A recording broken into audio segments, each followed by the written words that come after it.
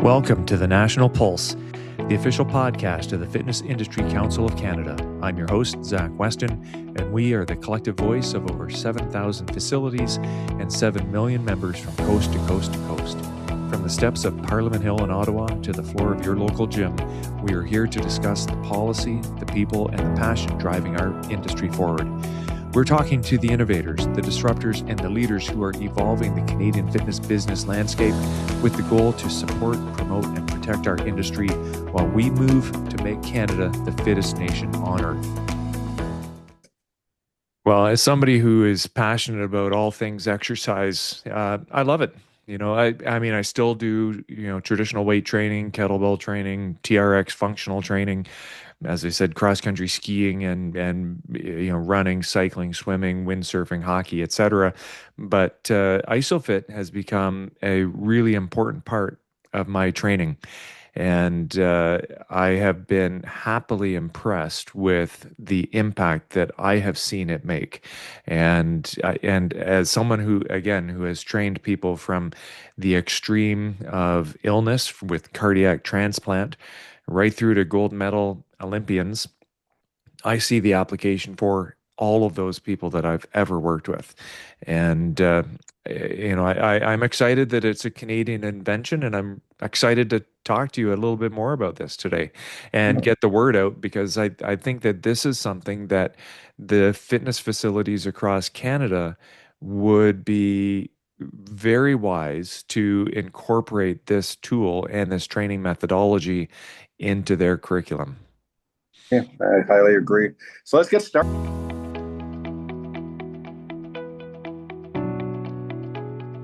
Today's guest is someone who has dedicated the last 2 decades to challenging the status quo of strength training. He is the founder of Isophit, a world-renowned expert in isometric exercise, and a man who has worked with everyone across the NBA, the NHL, the WNBA, NFL, MLB, FIFA, UFC, FBI, and military, to clinical patients recovering from debilitating injuries. He is on a mission to prove that the most powerful things we can do in the gym often involve no movement at all. He's a fellow Canadian, a disruptor in the sports science space, and a true visionary for the future of musculoskeletal health. Please welcome to the show, Brad Thorpe. Zach, thank you very much for having me. I look forward to this. Well, Brad, it is great to have you here. And before we get into the heavy science of motor unit recruitment and force matching, I want to go back to the beginning. There's a legendary story that the first iteration of what is now a world-class piece of equipment started with some cardboard and a paperclip in your bathtub. Can you take us back to that aha eureka moment? And what was the specific problem you were trying to solve that traditional weights just couldn't fix? Man, that's awesome. Always makes me laugh when people talk about that. A couple of years ago, being 2007, really. So we're going back 18 years now. So this is not necessarily an overnight success story. I had 2 of my personal training clients walk into my facility in one day, and I was running my business from home. Basically, I had a 400 square foot training room in my apartment. And so they came in one day, and one of the gentlemen is in the film industry. His name's Lewin. So Lewin walks in. He goes, "Brad, there's no wall space available at my gym to basically be doing isometrics," because I was heavily involved in isometrics at that time, using and recommending people use just a wall. And then the subsequent next client walked in. His name's Alan. Alan walked in and said, "Hey, Brad, there's no wall space at my gym to do my isometrics." So later that afternoon, and because I was running a home-based business, I was sort of sitting in the bottom of my bathtub, and that sort of eureka aha moment came, and it's like, oh, damn, I know how to do this. So I jumped up out of the bed, ran to my office, and I'm still dripping wet and naked. So it's like, it doesn't get much more like from a birth scenario of an idea than dripping wet and naked. So I run to my office, I grab some paper clip, I grab some cardboard, basically a pair of scissors, and I start configuring a fancy wall that I can put in the middle of a room. So we had basically a 3.5-inch model of what then turned into be Isophit, 6 years later. And it was absolutely amazing. And I was fortunate enough that every single one of my patients and clients at the time could add value to getting me to the next stage. So one of my young ladies that I was working with, she was a graphic design student. So she took my concept and my idea and put it into two-dimensional 2D drawing. And then I took that 2D drawing and took it to one of my other clients who was one of the senior partners in Canada's largest law firm. So I was able to take a concept and show him. So he introduced me to one of their patent lawyers at the facility or at their law firm. And so that just started the entire process. And now subsequently, Isophit has grown from literally an idea in a bathtub to now we're in 48 countries. We have over 1,100 of the coolest clients. Wow. And as you mentioned in the intro, like we're in pretty much most major league sports. I can look at, if I sit down on the couch and turn on TV, there's literally a client of mine on TV most nights that I can sit and watch.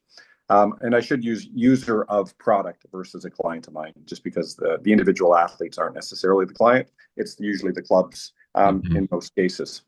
So that was kind of the inception story. And then it's just been a entrepreneurial nightmare story of positives and negatives and frustrations and the ups and downs of just pulling this forward, because that's really what it's been.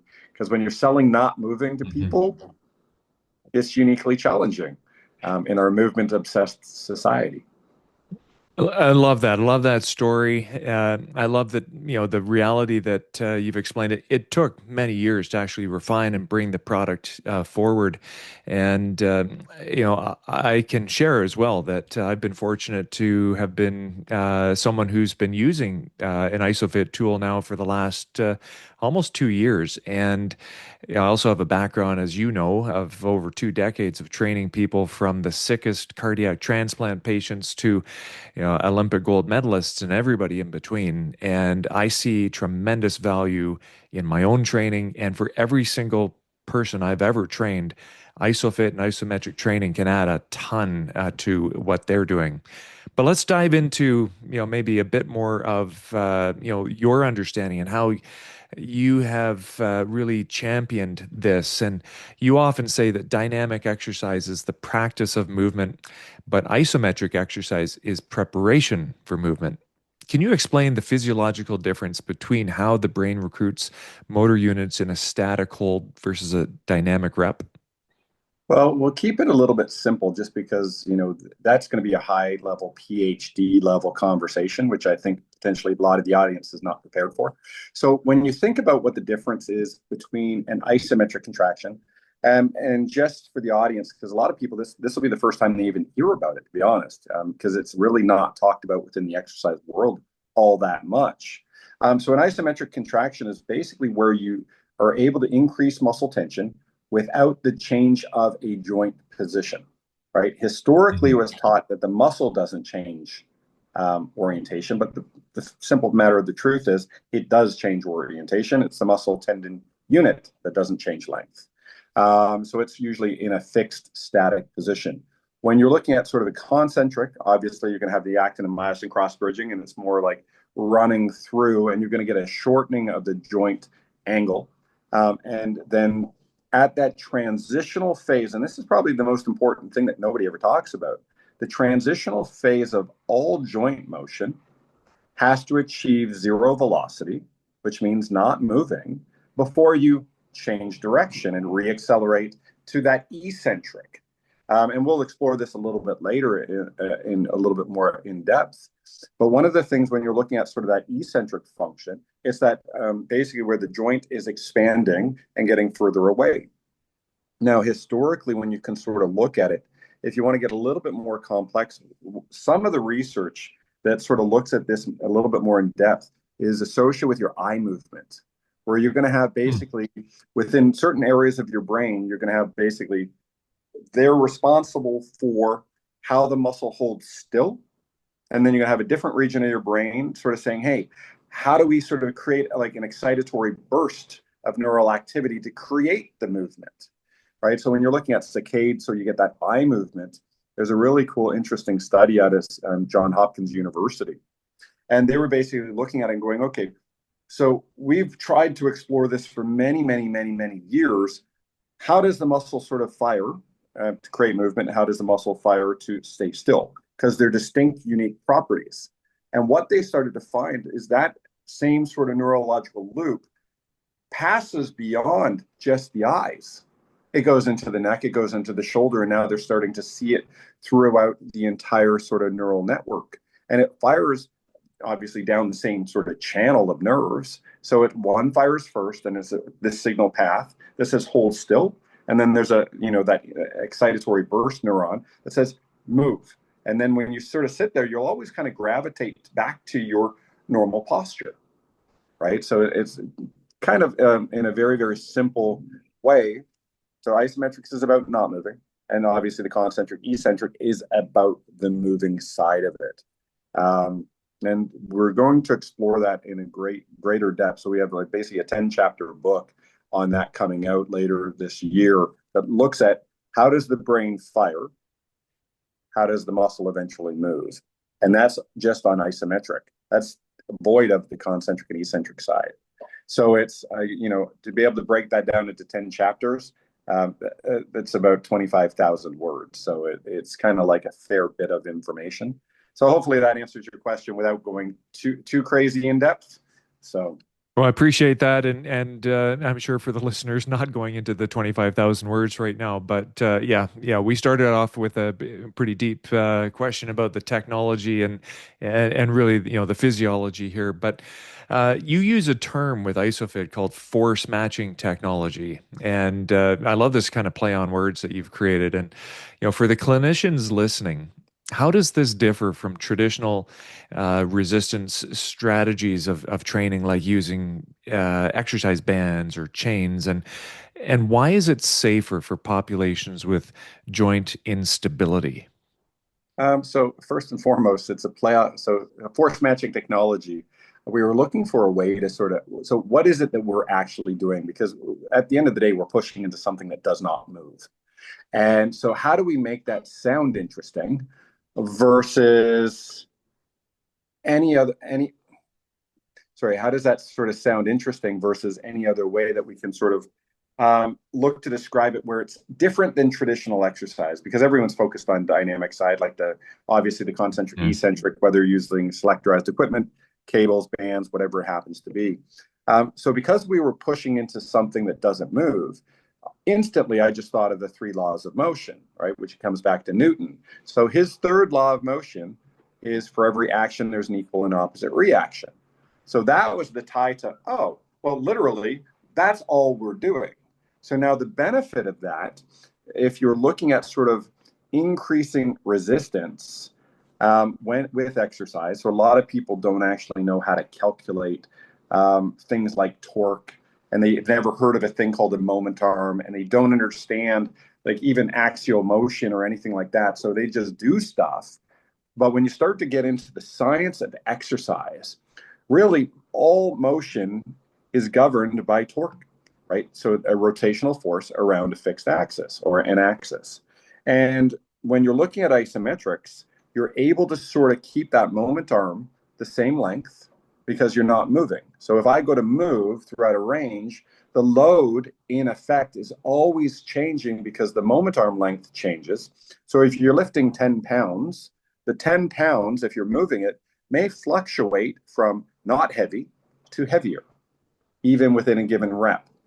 As you fatigue, what will happen is that 10 pounds will now get heavier relative to your fatigue state.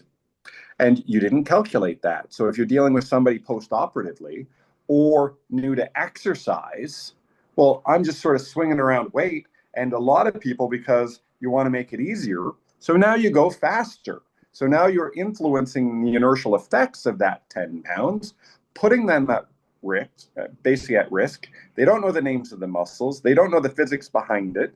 And they don't actually, to be honest, know the outcome they're trying to achieve outside of, I'm going to a gym. So with what we do, well, we get rid of the inertial effects, and inertia is the consequence of accelerated motion, right? So if you take an object that's at rest, it has inertia. And if you shove it, well, now it's got to change that. So that becomes risk. So if I can reduce that to near zero because I'm pushing into something that doesn't move, that's a good thing. Also, because I'm not moving, I'm actually going to be specific to the tissue that I'm actually trying to train. Because as soon as you move, you're no longer training the tissue you were a second ago, because all the moment arms change to all the different joints. So you may be adding more and subtracting some from areas that you either wanted to focus on. So that's why training dynamically, traditionally, is very ineffective, right? So you have higher risk, you have greater levels of inefficiencies, and which equals less effectiveness. So a lot of people, because you're working through the muddy side of, oh, I'm just trying to get exercise, like I'm trying to start. I historically don't like exercise, or I like exercise a lot, right? The people that exercise a lot are all injured, and the people that start usually are all injured. So it's like, how do we make it safer, and how do we make it more accessible to a larger audience that we can produce better outcomes, whether it is through, I want to run faster, I want to jump higher, I want to shoot harder in hockey. It always and will forever come back to, was the muscle strong? Was it stable? Could I basically deal with the forces associated with all the activities I wanted to before I'm worried about the complexities of movement, right? Because movement, and you obviously you taught this for many, many, many, many years, it's complicated. And what I'm trying to do is peel back the layers to say, hey, start here. This is how you prepare for movement, is by learning how to contract muscle first, move second. Yeah, and I We, love that. I love that. That complement method that you talk about in terms of preparation. Using that isometric exercise to challenge and prepare for more complicated activities later. And I think that's where I have seen, personally, significant value in incorporating and using Isofit as a complementary training method. But I think one of the things that really stood out to me when I first met you was related to this whole notion of blood pressure paradox, perhaps. And, we have, I know when I was first introduced to exercise training, I was always told, don't hold your breath because, it'll increase your blood pressure and so forth. And I think that there's this uh, natural response when we hold a particular movement. We also sometimes will hold our breath. Now, going through the 30 and 30 exercises that you lead, there's regular encouragement, to make sure that you keep breathing. And when I do it, for sure, those holds are far too long to hold your breath. So there is regular breathing through that. But there's this common misconception that isometrics are dangerous for those with high blood pressure or hypertension due to this Valsalva maneuver. Yet the research shows that isometric training is actually incredibly effective at lowering blood pressure. So, how do you address this with medical professionals? And if I'm not mistaken, this was one of the reasons why you originally got really excited and interested in isometric training. yeah. So backstory on that. So my mom's dad died of a heart attack when she was 15 years old. So I didn't know my grandfather, but related to hypertension. So died early because hypertension is one of the leading causes of stroke and or heart attack. And jump forward a couple of years. I'm now born. I lose my grandmother. I'm like 7 years old. She dies at 68 years of age to a heart attack related to hypertension. So I ended up going to school for cardiovascular rehabilitation at a place called George Brown College in Toronto. So the program is called Fitness and Lifestyles Management, but it was all around cardiovascular testing. And how do you sort of assess people? And during our programming, so I'm 19 years old at this time, we find out that my resting blood pressure is 150 over 100. I'm at school on a volleyball scholarship. I exercise 6 days a week. I'm pretty healthy for every statistical category type thing. Outside, my blood pressure is, elevated. Hmm. So that was the catalyst behind sort of me being really sort of obsessed with blood pressure because it affected me and it affected my family directly. And so subsequently, go through my educational processes. I become the 21st person in the world with my dual designations. I was fortunate enough to study some of the leading experts in exercise science down in the US and graduated both of their programs like in 2006, graduated college in 95, 94, sorry. And it was kind of like for that sort of window of 11 years, from the kind of diagnoses to when I graduated, I wasn't able to resolve my blood pressure. Jump forward 2 years after that, so going to 2007. So there was a study from McMaster University, which is just in Hamilton, and they basically said isometrics was good for lowering blood pressure. And I'm like, well, that's kind of BS because I was told in college that you shouldn't do that. Isometrics. I was told by every medical practitioner I ever talked to, don't do isometrics. It's bad for blood pressure. And this was predating like Google Scholar and all these sort of ways that we had access to further information. So this piece of research that sort of said isometrics is good. And I'm like, wow. So for my brain, that was a 180-degree turn instantly. So I had struggled with my own personal hypertension from the age of 19 to 33 years of age. So for 14 years, I struggled with it. Within 2 weeks of implementing a 20-minute per day isometric protocol, my blood pressure was normalized. Wow. I'm now 52 years of age. So I've now spent a ton of time thinking about it and looking at it and going, why does this work so well when the gold standard is cardiovascular training? Because we think about the cardiovascular system, we obviously think the heart, right? It's the driver of the circulatory system. And it's like, okay, is it important? Hell yes, it's absolutely important. However, is it as important as we think it is for the circulatory system? So this has allowed me, like for the last sort of really kind of 15 years, just to sort of sit and hammer home at it. And so some of the studies that you're kind of referencing, so it came out in 2023. So there's a peer-reviewed study, 15,000 participants, gold standard scientific research type stuff. And what they found, so they compared high intensity interval training to aerobic training, to resistance training, to the combined effect of aerobic training and resistance training, to isometric training for lowering blood pressure. Now, remember, historically, isometrics is contraindicated. Don't do it. It's not good for you. It's going to increase your likelihood of a stroke and a heart attack if you do it, if you have high blood pressure. So the study and subsequent other ones, but this study specifically turned it all on its head. So high intensity interval training, so that's like your go fast, circuit style training, is about 39% effective for lowering blood pressure in a hypertensive population. Aerobic training, which is the gold standard that every medical practitioner out there will recommend, was 40.5% effective. Resistance training, so lifting weights, was 47% effective. The combined effect, which is your standard sort of gym thought process, do cardio training, lift weights, was 75% effective. Not bad. Isometric training, which once again historically was contraindicated, don't do this, was rated 98.3% effective for lowering blood pressure. It far surpasses the effectiveness of the other one. So much so, in my humble opinion, you shouldn't even recommend the other ones with the goal of lowering blood pressure.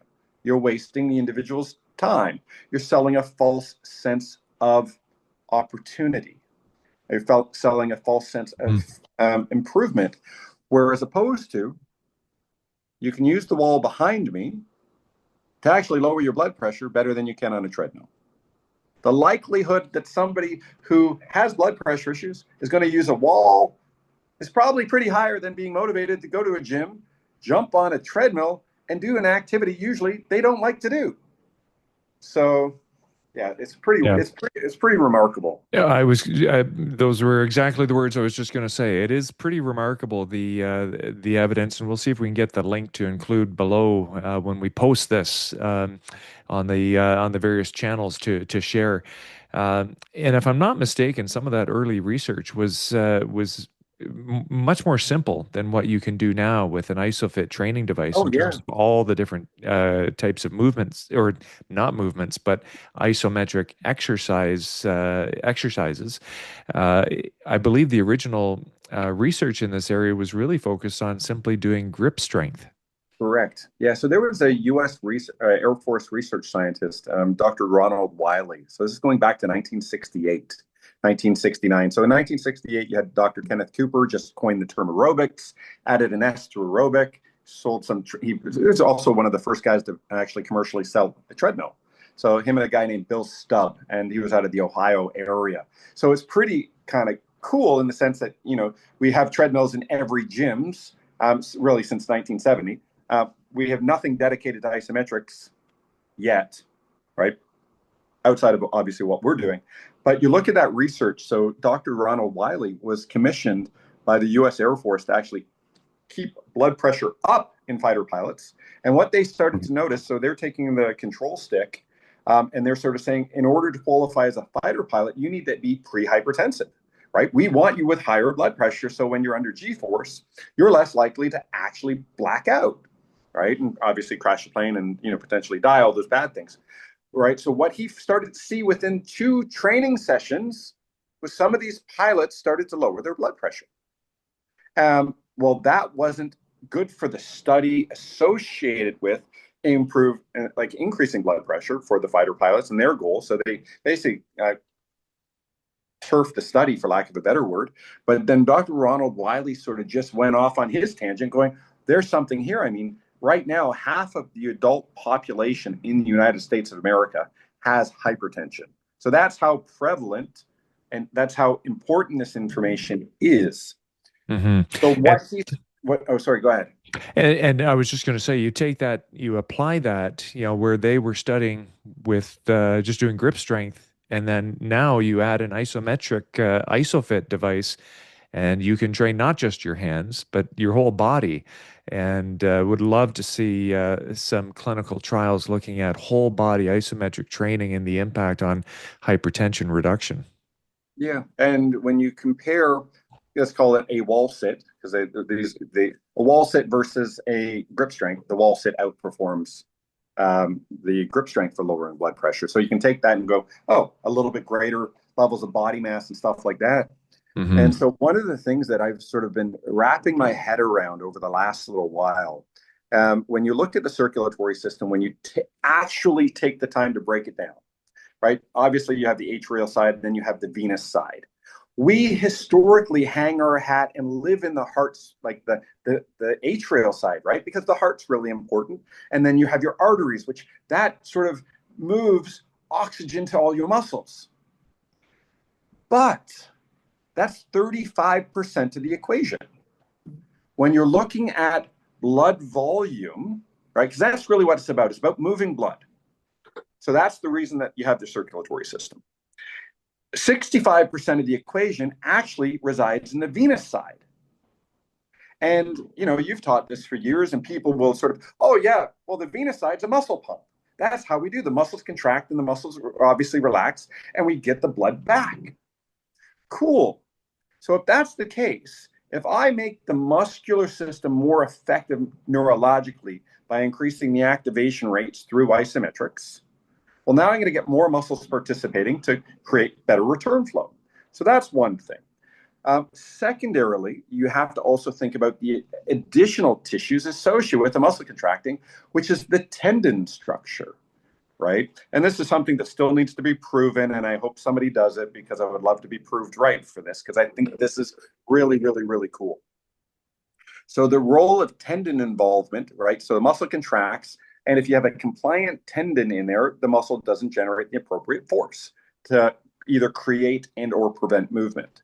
So with having over 4,000 tendons in the human body, Most people have never heard that. They don't know it and they don't look at it that way. So they haven't considered this. So with over 4,000 tendons in the human body responsible for transmitting force from muscle to bone for either the creation or prevention of movement or the circulation of blood and also lymph, right? So you have to think about the lymphatic system as an adjacent to this conversation. So if I can increase the stiffness of tendon, I make the muscular system more efficient. I make the entire venous system, which houses 65% of your blood flow, more efficient. It also, the venous system contains 100% of your carbon dioxide, which is something that you don't want in your system too long because that will force you to pass out. It might cause levels of inflammation. It might cause stress to structures. So you have that on the circulatory side associated with blood pressure. But if you're looking at the lymphatic system, if you got all this byproduct of toxic waste, for lack of a better description, sitting in your structure festering because you can't circulate it very much, maybe that's the beginning of some certain diseases that you certainly don't even want to consider having. Yeah. So we can influence all of that through isometrics before we make it even complex by saying move. Yeah, so we've talked, Brad, about some of the physiology and the mechanics. We've also talked about the health benefits, and we know that strength gains in isometrics are somewhat specific to the angle that's trained. So how do you program Isophit to ensure there's carryover to dynamic sports like basketball and hockey? Well, one of the things that we have to look at, Zach, is the fact that most people, when they're thinking about like isometrics, they're only thinking about first and foremost the one joint that they're specifically looking at, not all of the other joints that would be influenced by that one isometric exercise, right? So you take like somebody doing an isometric squat.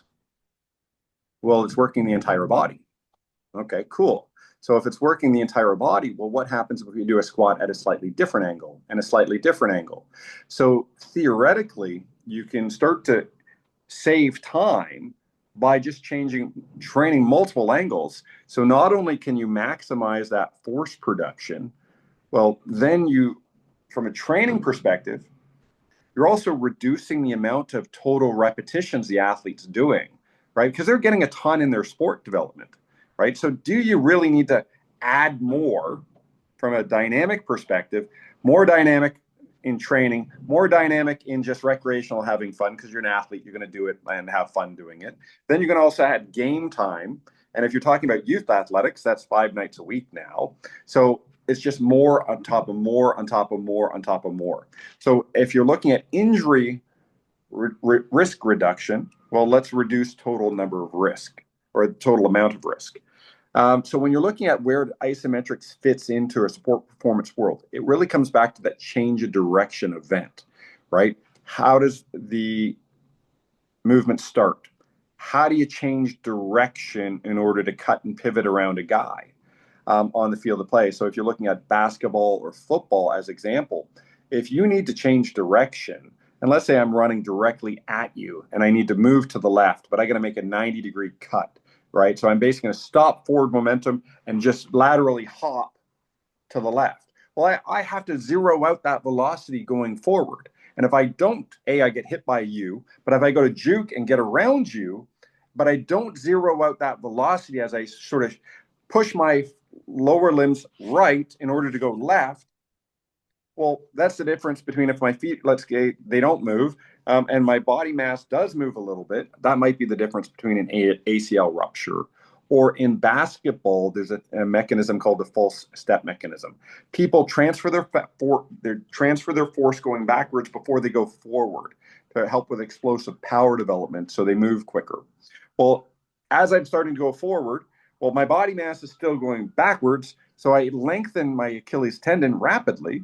And if it exceeds my capability and my force generating capability, I'll end up with an Achilles tendon rupture, which one of the things you can look at in sport lately. It's certainly way more prevalent in the NFL. It's way more prevalent in the NBA. And we have to sort of sit back and we have to sort of start to question, why is this happening? And that's a whole nother conversation. But when you look at it and go, it's an inability to control the transitional phase of motion, because what that sort of directly influences, well, I need to zero out going backwards before I go forward. If I don't zero out going backwards as I'm going forward, you rapidly stretch tissue. And if you're looking at like a ACL injury, like the American Academy of Orthopedic Surgeons will state that a grade 1 ligament sprain is slight stretching of the ligament, right? Stage 2 is a slight rupture, as stage 3 would be a complete rupture. But it all just comes back to, we took tissue, like a material structure, and we stretched it too far. And so isometrics helps overcome those scenarios. And you have to truly approach isometrics as a whole body training philosophy. You can't just look at the knee. You can't just look at the ankle, because the body mass moves on top of that. So if you have instability above your waist isometrically, that means you're going to have shearing forces going across all levels of your vertebral body. You have this big, huge mass thing called your head up at the top of a chin, like basically up at the top of your spine. So if I don't have that ability to control my upper body mass, the whole upper body mass will create shear force at my tibial structure. So it's, where does it fit in? Well, if you're looking at injury resolution, it's probably the most important training you can do. If you're looking at performance enhancement, because isometric force governs power production in sport, it's also very important if you want to be quicker, faster, stronger, because if you have low levels of isometric strength, you basically, when you're looking at power, which is a combination of strength and velocity, well, zero velocity is isometric strength. So if I want to be really, really powerful, I should have an unbelievable amount of isometric force capability, right? And people go, oh, well, this athlete's powerful. Yeah, just think how good he could be, because he's already great. Add this, right? So it's not about the omission of something. It's more the addition of. And if I can make you a little bit quicker and a little bit stronger, a little bit faster, and I can reduce that amount of delay from a transfer perspective between this joint to this joint to this joint, you're going to run faster. You're going to jump higher. You're going to be less likely to be injured. And we work with literally the fastest people in the world, right? Like we're talking, we have 3 or 4, I think 5 guys now who run sub 10 seconds that we work with. And it's like, well, okay, well, you know, if you're looking at NFL combine stuff, well, they're nowhere close to world-class sprinters. I'm not saying they're bad athletes. I'm just saying they're really, really slow relative to the world-class sprinters. And we work with all of those guys. And one of the things that I was in a conversation with a guy in the NFL, he's like, how does this fit in? Like, what do you mean, how does this fit in? He's like, well, we're a dynamic sport. I'm like, you know, and I kind of probably shouldn't have phrased it this way. I'm like, well, I guess you don't understand football. And he's like, excuse me? I'm like, every play in football starts isometrically. You have your defense lines up isometrically, the offense lines up isometrically, and if you move before the quarterback says, "Hut," it's a penalty. So it's kind of like, oh, so every play in like football starts isometrically as well. And you can say the same for Olympic lifting. You can say the same for, you know, most sport, to be honest. And that's why people thankfully keep calling us, because the outcomes we're able to help deliver exceed what they were doing before. And when you're, you know, talking about multi-million-dollar athletes, if I can get a little bit more, if I can get another like a year out of them, that's even better, right? Because you have to look about the economic effect of injury in sport. So if we can cut down that injury, it just, the opportunity is incredible. Absolutely. You know, I see so much value in Isofit in terms of complementing and preventing injuries and strengthening athletes in ways that they have not before. But it's not only athletes; it's regular folks as well who are prone to some of these injuries. Especially if they're trying to accomplish some of the perhaps lifelong bucket list activities that they want to be able to accomplish. Yeah. But you know, you talk about the pro sports teams, the NFL, the NBA, FIFA, etc. What was it? If you think about some of the early adopters, and maybe how do you compare and contrast the early adopter strength coaches with some of the strength coaches that are, following and they're seeing, oh my gosh, well, all of these other teams are using it, we better use it too. How do you recall some of those conversations in terms of getting these coaches on board and having that light bulb? Wow, I've been missing the boat in my training with my athletes until now. Well, historically, so the first professional sport organization wasn't in North America that picked us up. So it was over in Lyon, France. So there's this guy that was in the NBA for a number of years. You'll probably recognize the name. His name was Tony Parker. So Tony Parker, obviously with the San Antonio Spurs, Hall of Famer. So he is a company or a pro sport team over there. So they were the very first ones to ever pick up an Isofit from a professional sport perspective. So we had a European distributor who helped sort of facilitate all of that. So that was fantastic. So we ended up going through the medical side because the benefit and where isometrics historically has lived, it's never really been in the strength and conditioning side, but it's always been in physiotherapy, return to play protocols, and post-operative surgical care. So ironically, if you remember when we talked about like the blood pressure stuff about being basically, not advisable if you have hypertension, if you were to have a stroke, right? So you basically have a stroke. The first thing they would do in therapy would be isometrics. So pre-stroke, don't do it, would likely increase your likelihood of a stroke. But now you just had a stroke. The first thing they turn to is isometrics. So that irony is not lost on me. It actually hurts my soul. But when you look at from a training perspective, isometrics historically was in therapy, right? It's the safest, most effective way to get you back to moving. Okay. So why don't we start there from a training perspective? Every day we start training with isometrics. Ramp up speed, go to the movement side. Nothing wrong with that. But the initial adopters, I had to convince them. There wasn't the research. It was like more show and tell. Try this, try this. Oh, please, please take my call. So that's where it used to be. Now, if I were to look at the brand value of our customer base just in the sports, so if I look at the value of all the teams and organizations, if we just combine them all together, we're about $115 billion worth of company that we now look after. So the conversation is totally different because now they've seen some of the world's best athletes on product, whether it's on social media or actually at the event. So it's a different relationship where it's like, hey, I saw, yesterday there was a lady by the name of Molly Benetti. She's the S&C coach for the University South Carolina Gamecocks. I think they've lost 7 games in 4 years. So they've won like 1 or 2 national titles in there.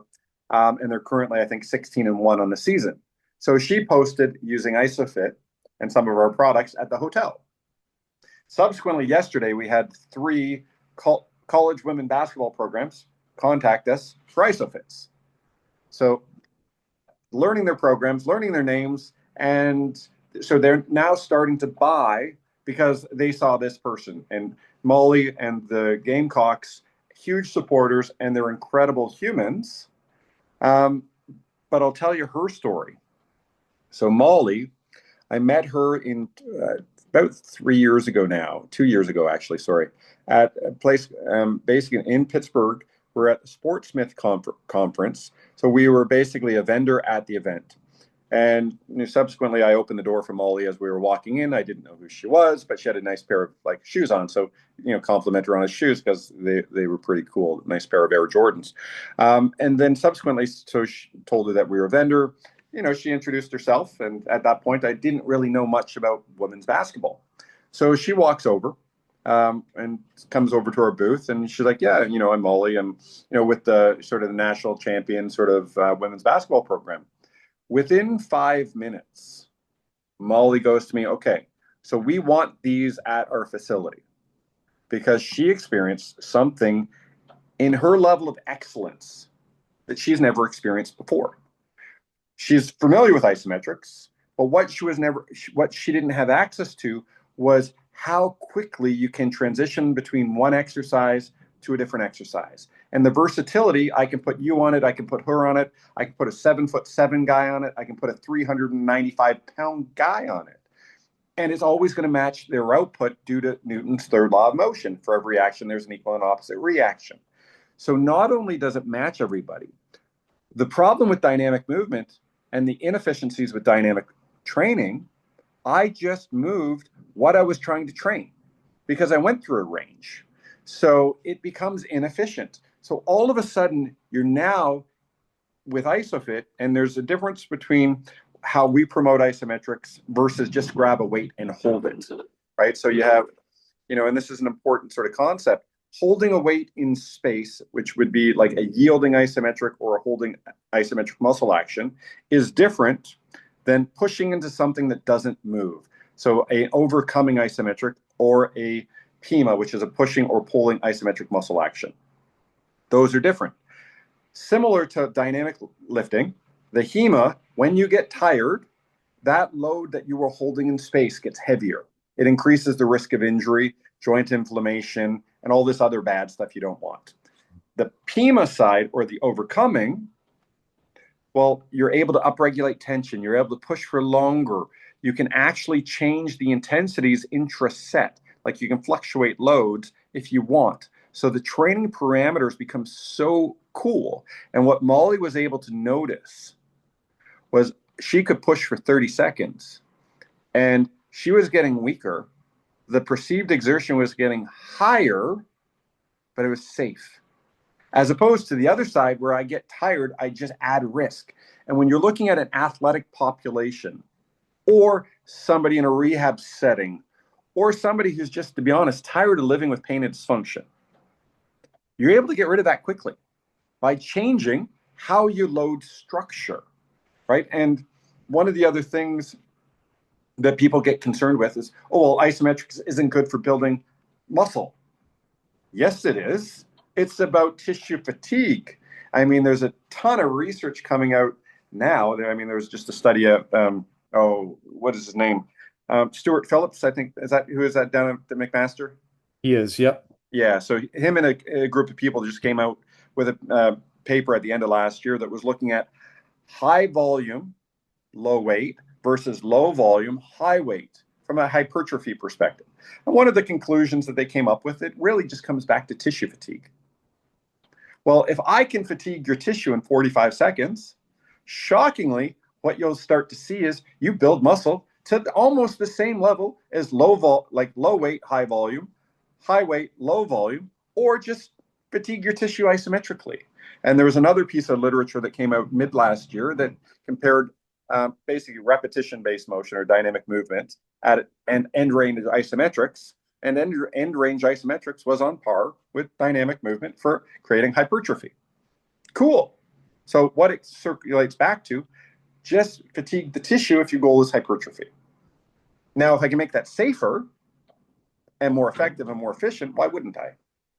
So, yeah, I think that study with Stu Phillips and company was looking at muscle protein synthesis, but absolutely showing value with higher repetitions and lower weight, that you could get benefit without having to lift really, really heavy. And certainly the Isophit model provides that safety element. There's nothing you're going to drop on yourself in that model.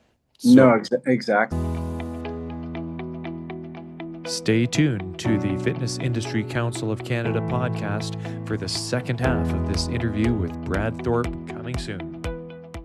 Okay, well, sorry, I just realized I hadn't hit record yet. Oh, that's okay. Yeah, we haven't officially started, but perfect. I just thought there might be some sound bites coming that I want to capture. Started, man. I'm certain you got probably a ton of questions. I'm happy to sort of help lay it out as to why it's beneficial to not only the fitness industry, because obviously that's our big focus today, but just individuals that are concerned with living a better or having a better quality of health and fitness.